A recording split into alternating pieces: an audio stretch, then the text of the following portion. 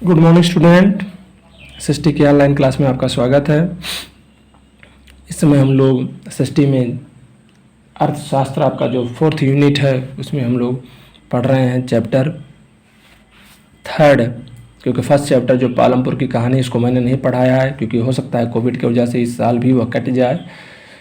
इसके हिसाब से ये चैप्टर 2 होता है, जो है चैप्टर का नाम निर्धनता, जो एक चुनौती है किसी भी देश के लिए। आज हम लोग टॉपिक पढ़ेंगे असुरक्षित समूह। असुरक्षित समूह का मतलब कि ऐसा कौन सा समूह है जो सबसे ज़्यादा अपने आप को असुरक्षा की भावना पैदा कर। देखिए, असुरक्षा कब आएगी? जब किसी के अंदर डर पैदा होगा। आपके अंदर असुरक्षा कब आती है? जब आप होमवर्क नहीं पूरा करते, जब आप अपना काम सही से नहीं करते, जब आप झूठ बोलते हैं, पिताजी द्वारा, गुरुजी द्वारा या किसी के द्वारा किए गए काम को सही तरीके से नहीं करते, तब आपको डर लगता है कि कहीं चेक किया गया, कहीं पूछा गया कि आपने ये काम किया कि नहीं किया। तो अगर नहीं किए हैं तो हो सकता है दंडित किए जाएं, या आपको कहीं समाज में बेइज्जती न उठानी पड़े। ये सारी चीज़ें होती है क्या? असुरक्षित। अगर ऐसे परिप्रेक्ष्य में देखा जाए तो वे व्यक्ति भारत में असुरक्षित महसूस करते हैं जिनके पास कोई रोज़गार, कोई गारंटी नहीं रहती, पक्की नौकरी नहीं रहती, डेली मजदूर रहते हैं, जिनके पास खेत नहीं है, जो कृषक मजदूर हैं। इन सभी लोगों को, या दलित वर्ग जो हैं इन सभी लोगों को असुरक्षा की भावना ज़्यादा विकसित होती है, और यही असुरक्षा या असुरक्षित समूह के अंतर्गत आते भी हैं। चलिए, भारत में निर्धनता रेखा के नीचे के लोगों का अनुपात सामाजिक समूहों और आर्थिक समूहों में एक समान नहीं है। अनुसूचित जाति और अनुसूचित जनजाति के परिवार, सामाजिक समूह निर्धनता के प्रति सर्वाधिक असुरक्षित हैं। आर्थिक स्तर पर कृषि श्रमिक एवं दिहाड़ी मजदूर असुरक्षित हैं। अनुसूचित जनजाति के 100 में से लगभग 43 व्यक्ति अपनी मूल ज़रूरत को पूर्ण रूप से पूर्ण करने में असमर्थ हैं। इस प्रकार नगरों में भी 34% दिहाड़ी मजदूर निर्धनता रेखा के नीचे हैं। ग्रामीण क्षेत्रों में भी 34% मजदूर जो है कृषक मजदूर हैं, और 29% अनुसूचित जनजातियाँ जो हैं वो निर्धन हैं। प्रायः निर्धन परिवारों में सभी लोगों का जीवन कठिनाइयों से भरा होता है। भारत में अनुसूचित जाति या जनजाति के सुविधा विहीन सामाजिक समूहों का भूमिहीन, अनियमित दिहाड़ी श्रमिक होना इस समूह को दोहरी असुविधा की गंभीर समस्या को प्रदर्शित करता है। एक तो सुविधा भी नहीं है, दूसरा इनके पास कोई ज़मीन अपनी नहीं होती, और तीसरी कि ये इनके पास ना अपना कोई परमानेंट जॉब होता है, इसीलिए इनको महीने में बहुत कम ही जॉब या काम मिल पाता है। इसके कारण ये असमानताएँ दिखती हैं। अंतर्जातीय असमानता है। भारत में प्रत्येक राज्यों में ऐसी स्थिति नहीं है। कुछ राज्यों में स्थिति ठीक है, कुछ राज्यों में स्थिति खराब, कुछ राज्यों में स्थिति बहुत ही खराब है। भारत के प्रत्येक राज्य में निर्धन लोगों का जो अनुपात एक समान नहीं है। 2011-12 के अनुसार भारत में निर्धनता का अनुपात लगभग 22% है। कुछ राज्य से मध्य प्रदेश, असम, उत्तर प्रदेश, बिहार, उड़ीसा में निर्धनता अनुपात, राष्ट्रीय अनुपात जो 22% बताया, उससे भी ज़्यादा है।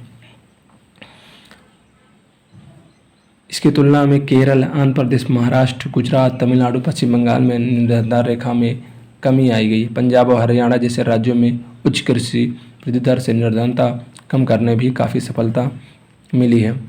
देखिए कहानी है, देखिए चित्र में, देखिए चित्र में दिया गया है कि अनुसूचित जाति जो है उसमें निर्धनता 43%, अनुसूचित जाति के 29%, भारतीय निर्धनता अनुपात 22%, अनियमित कृषि श्रमिक जो हैं वो 34% है, अनियमित गैर कृषि यानी जो शहरी मजदूर हैं उनकी 34% है। सुखपाल एक छोटे से गांव में रहता है। इस गांव में लगभग 80 परिवार रहते हैं। सुखपाल अनुसूचित जाति का है। वह 180 रुपये प्रति दिन के हिसाब से खेतों में काम करता है, लेकिन उसे वर्ष भर काम नहीं मिलता। वर्ष भर में मुश्किल से 5 से 6 महीनों में ही काम मिल पाता है। शेष महीने में वह गाँव में छोटे मोटे काम कर लेता है। उसकी पत्नी धन्नो भी उसके साथ काम करती है, परंतु उसे उसी काम की मजदूरी कम मिलती है जो सुखपाल करता है। यानी इसमें भी भेदभाव है। एक पुरुष की अपेक्षा महिला के काम के जो पैसे हैं वो कम मिलते हैं। परिवार में 9 सदस्य हैं। सुखपाल की 70 वर्षीय विधवा माँ बीमार रहती है, जिसके अब जीने की इच्छा नहीं है। एक 27 वर्षीय अविवाहित बहन है। 5 बच्चे जिनकी आयु 1 से 16 वर्ष, उनमें 3 लड़कियां 2 लड़के हैं। कोई भी विद्यालय नहीं जाता। पुस्तकें खरीदने के बाद तो दूर दूर तक सोच नहीं सकते। उनकी बहन और लड़कियां घर का काम करती हैं। सुखपाल अपने बड़े बेटे को विद्यालय भेजना चाहता है। उसकी पत्नी धन्नो उसकी बहन से झगड़ा करती है क्योंकि उसे लगता है कि वह उसके परिवार पर बोझ है। परिवार के भोजन के जो 2 समय का भोजन होता है उसका प्रबंध भी बहुत कठिन हो जाता है। फिर भी वह अपने बेटे के लिए कभी कभी फल भी खरीद लेता है। ये देखिए चित्र में, देखिए चित्र है सुखपाल की कहानी का। मैं शहर में भी पर्याप्त पैसा नहीं प्राप्त कर सका। इतनी अनियमित आय में अपने बच्चों को विद्यालय कैसे भेजूंगा। ठीक है ना। अगला टॉपिक जो है वो है वैश्विक निर्धनता प्रदेश, यानी ग्लोब। पूरे विश्व में कैसे निर्धनता का स्वरूप है या पूरे विश्व में निर्धनता का क्या स्तर है, इसके बारे में जानना है। विश्व बैंक की परिभाषा के अनुसार विकासशील देशों में प्रतिदिन $1.9 से कम पर जीवन यापन करने वालों का अनुपात लगभग 1990 में 35% से गिरकर 2013 में 10% यानी 11% रह गया। यानी विश्व बैंक के हिसाब से विश्व में गरीबी घटी है। चीन और दक्षिण पूर्व एशियाई देशों में तीव्र जो आर्थिक प्रगति हुई है और मानव संसाधन का जो विकास हुआ है, मानव संसाधन के जो विकास में निवेश किया गया, यानी उनकी शिक्षा, पढ़ाई, स्वास्थ्य, ट्रेनिंग, इसमें जो निवेश किया गया उसके कारण इस गरीबी में कमी आई है। दक्षिण एशिया के देशों जैसे नेपाल, बांग्लादेश, श्रीलंका, भारत, भूटान, पाकिस्तान में निर्धनता की संख्या 54% से घटकर 15% रह गई है। सब सहारा में जो है निर्धनता 1991 में 54% थी, जो अब 2013 में 41% रह गई। लैटिन अमेरिका 1990 में 16% थी, जो 2013 में घटकर 5.4% रह गई। संयुक्त राष्ट्र संघ के नवीनतम जो विकास के आंकड़े हैं वो 2030 तक सभी देशों से पूरे गरीबी हटाने की बात की गई है। ये देखिए दिया गया भारत के चुनिंदा राज्यों में जो निर्धनता का अनुपात है 2015-16 में वो दिया गया। ठीक है ना। इसमें बिहार नंबर 1 पे है, उड़ीसा है, असम है। दूसरा ये देखिए विश्व में कुछ देशों में निर्धनता के बीच जो तुलना की गई, नाइजीरिया में 53.5%, बांग्लादेश में 18.5%, भारत में 21.2%, पाकिस्तान में 6.1%, चीन में 1.9%, ब्राज़ील में 3.7%, इंडोनेशिया में 8.3% और श्रीलंका में 1.9%। ये पूरा वर्ल्ड जो वर्ल्ड लेवल का जो निर्धनता का है उसमें दिखाया गया। निर्धनता के चित्रों को देख छोड़िए, निर्धनता के कारण क्या है इसके बारे में जानना ज़्यादा जरूरी है। भारत में व्यापक रूप से फैली निर्धनता के कई कारण हैं। अगर इतिहास पर ध्यान दें तो ब्रिटिश उपनिवेशों प्रशासन ने भारत के जो पारंपरिक उद्योग थे उनको समाप्त कर दिया था। इस दौरान उन्होंने केवल ऐसी औद्योगिक नीतियां अपनाई जिससे केवल इंग्लैंड में विकसित हो रहे उद्योग धंधों को ही बल मिले, चाहे भारत के उद्योग धंधे चौपट हो जाएं। उन्होंने भारत के लघु और जो कुटीर उद्योग थे, हस्तशिल्पी थे, हस्तशिल्पकार थे, उनको पूर्णतः समाप्त कर दिया, जिससे जो भारत के गाँवों के समाज के जो नगरों के विकास था वो समाप्त हो गया। इसके साथ ही जनसंख्या में तीव्र दर से वृद्धि हुई। इसके कारण भी प्रति व्यक्ति जो आय थी वह बहुत कम हो गई। इसके कारण रोजगार के जो अवसर थे वो धीरे धीरे कम हो रहे थे। भारत में सिंचाई व हरित क्रांति के अत्यधिक प्रसार से कृषि क्षेत्र में रोजगार के कई अवसरों का सृजन हुआ, परंतु इनका प्रभाव देश के कुछ ही भागों में दिखाई दिया। इस दौरान सार्वजनिक और निजी क्षेत्रों में रोजगार के कुछ साधन तो उपलब्ध हुए, परंतु ये रोजगार पैदा करने वाले सभी लोगों के पर्याप्त नहीं हो सके। नगरीय क्षेत्रों में अच्छी नौकरी पाने में असफल लोगों ने अन्य कार्यों की खोज शुरू कर दी, जैसे घरेलू नौकर, विक्रेता, रिक्शा चालक, निर्माण श्रमिक। और कम आय तथा अनियमित रोजगार से इन लोगों की निर्धनता दिन प्रतिदिन बढ़ती गई। आय कम होने उच्च निर्भरता दर की एक और विशेषता है आय में कमी के कारण, जिसका मुख्य कारण है भूमि और अन्य संसाधनों का असमान वितरण। भारत सरकार की अनेक नीतियों के बावजूद अभी भी हम सभी सार्थक ढंग से महत्वपूर्ण मुद्दों से निपट नहीं सके। भारत में भूमि संसाधनों की कमी, परिसंपत्तियों का पुनर्वितरण न होना, भूमि सुधार का अभाव ग्रामीण निर्धनता के कई कारणों में शामिल है। निर्धनता के लिए कई सामाजिक, आर्थिक, सांस्कृतिक कारक भी उत्तरदायी हैं।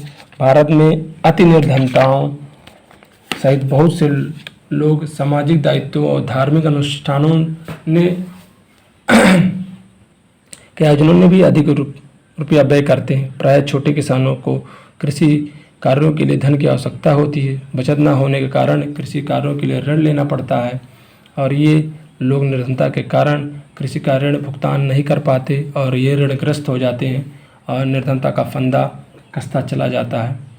निर्धनता निरोधी उपाय। निर्धनता निवारण या समाप्त करने के लिए भारत के मुख्य रूप से ग्रामीण क्षेत्रों में कई कार्यक्रम चलाए। साथ ही साथ भारत की विकास रणनीति का एक मुख्य उद्देश्य निर्धनता उन्मूलन रहा है। सरकार की वर्तमान रणनीति मुख्य दो घटकों पर आधारित है। एक है आर्थिक समृद्धि को प्रोत्साहन देना, दूसरा लक्षित निर्धनता विरोधी। आर्थिक समृद्धि 1980 के दशक के आरंभ तक समाप्त हो हुए 30 वर्ष की अवधि के दौरान प्रति व्यक्ति आय में कोई बहुत वृद्धि नहीं हुई और निर्धनता में भी ज़्यादा गिरावट नहीं आई। 1950 के दशक के आरंभ के समय आधिकारिक निर्धनता का जो अनुपात था वो 45% था, कागज में 45% था। 1980 का दशक आते आते ये जो अनुपात है 45% का वह बना रहा। इसके बाद 1980 के दशक के समय भारत की आर्थिक समृद्धि दर संचार जो क्रांति वो अधिक रही। इस कारण से समृद्धि दर 1970 के दशक में लगभग 3.5 से औसत से बढ़कर 1980-90 में यह 6% हो गई विकास दर। इस विकास की उच्च दर के से निर्धनता को कम करने में एक महत्वपूर्ण भूमिका निभाई। इसलिए यह स्पष्ट होता है कि आर्थिक वृद्धि के कारण जो निर्धनता को कम किया जा सकता है। आर्थिक वृद्धि अवसरों को पैदा करती है, मानव विकास में निवेश के लिए संसाधन उपलब्ध कराती है, जिससे शिक्षा में अधिक लाभ कमाने की उम्मीद से लोगों ने अपने बच्चों को लड़कियों सहित स्कूल भेजने के लिए प्रोत्साहित करती है। इसके लिए आर्थिक विकास से उत्पन्न अवसरों से निर्धन लोगों को कोई प्रत्यक्ष लाभ नहीं हो सका। कृषि क्षेत्र में समृद्धि उम्मीद से बहुत कम रही। निर्धनता पर इसका भी बहुत बड़ा प्रभाव पड़ा, क्योंकि निर्धन लोगों को एक बड़ा हिस्सा अभी भी गाँव में रहता है और कृषि पर भी आधारित है। लक्षित निर्धनता निरोधी। इन परिस्थितियों में लक्षित निर्धनता निरोधी कार्यक्रम को स्पष्ट आवश्यकता है। हालांकि ऐसे कई योजनाएं चलाई गई जिनको प्रत्यक्ष या परोक्ष से निर्धनता कम करने के लिए बनाया गया। उनमें से कुछ उल्लेख इस प्रकार है, जैसे प्रधानमंत्री रोजगार योजना। इस कार्यक्रम को सन 1993 में शुरू किया गया। इस कार्यक्रम का उद्देश्य ग्रामीण और नगरीय क्षेत्रों में शिक्षित रोजगार युवकों के लिए स्वरोजगार के अवसर प्रदान करना था। ग्रामीण रोजगार सृजन कार्यक्रम। रोजगार सृजन कार्यक्रम को सन 1995 में आरंभ किया गया। इस कार्यक्रम का उद्देश्य ग्रामीण क्षेत्रों, छोटे शहरों में स्वरोजगार के अवसर प्रदान करना। 10वीं पंचवर्षीय योजना में इस कार्यक्रम के अंतर्गत 25 लाख नए रोजगार के अवसर का लक्ष्य रखा गया था। अगला जो हम लोग का टॉपिक है वो है स्वर्ण जयंती ग्राम स्वरोजगार योजना। इसे हम लोग आगे बढ़ेंगे।